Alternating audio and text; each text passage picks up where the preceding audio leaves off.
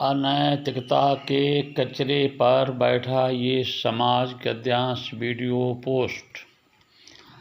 हमारे समाज में जीवन के हर क्षेत्र में नैतिक पतन बहुत तेज़ी से हो रहा है। समाज में आप जीवन के किसी भी क्षेत्र में जाओ, आपको कहीं भी ईमानदारी, कर्तव्यनिष्ठा व समर्पण भाव देखने को नहीं मिलेगा। भौतिक के जीवन की आंधी दौड़ व चकाचौंध ने मानव की बुद्धि को भ्रमित कर नैतिकता को डुबो दिया है और आज हमारा समाज एक अनैतिकता के कचरे पर बैठ गया है और उस नैतिकहीन भौतिक व्यवस्था को समृद्धि मान बैठा है। ये संपन्नता एक संपन्नता नहीं, स्वयं में और साथ में संपूर्ण समाज को दूषित व कमज़ोर कर रही है।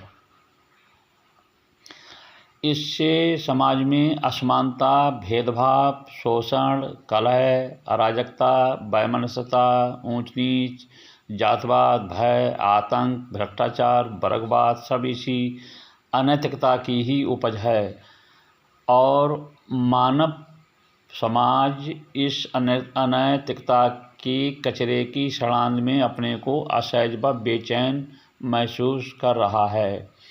इस अनैतिकता से मानव समाज ही नहीं, संपूर्ण पर्यावरण व जैविक संरचना भी प्रभावित हो रही है और समस्त सामाजिक, राजनीतिक, धार्मिक, आध्यात्मिक, आर्थिक, मानसिक तथा जैविक और मानवीय तंत्र छिन्न भिन्न हो रहा है,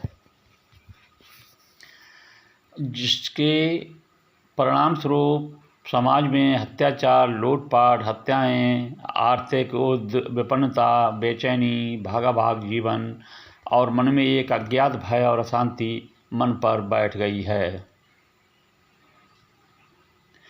जिससे मानव अंदर से असहज व चिंताग्रस्त है। ये बेचैन, अशांति धनी व निर्धन दोनों में है। निर्धन के मुकाबले धनी वर्गों में अधिक है क्योंकि वह अनैतिक साधनों का प्रयोग कर रहा है। मानव के इस भौतिकवादी झुकाव ने हमारी समस्त मानवीय परंपरा को ध्वस्त कर अनैतिकता के कचरे पर लाकर बिठा दिया है। समाज में अनैतिक आचरण से अगले का शोषण व कमज़ोर करके अपने को बड़ा और उन्नतशील मान लेना असमानता व अशांति पैदा करता है।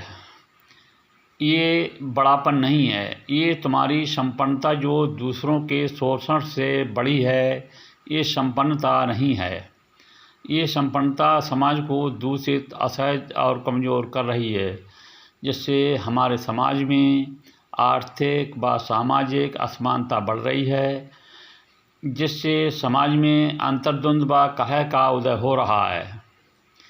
हमें भौतिक व नैतिक मानदंडों के तालमेल को बनाए रखना होगा।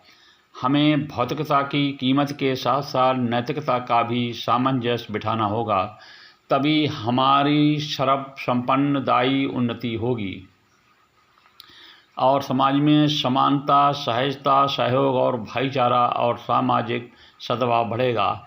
हमें अनैतिकता रूपी कचरे की सफाई करनी होगी जो हमें मानसिक, आर्थिक, पर्यावरणीय और जैविक रूप से असहज व अस्वस्थ और बेचैन किए हुए है। ये उन्नति नहीं है, ये एक शोषण है।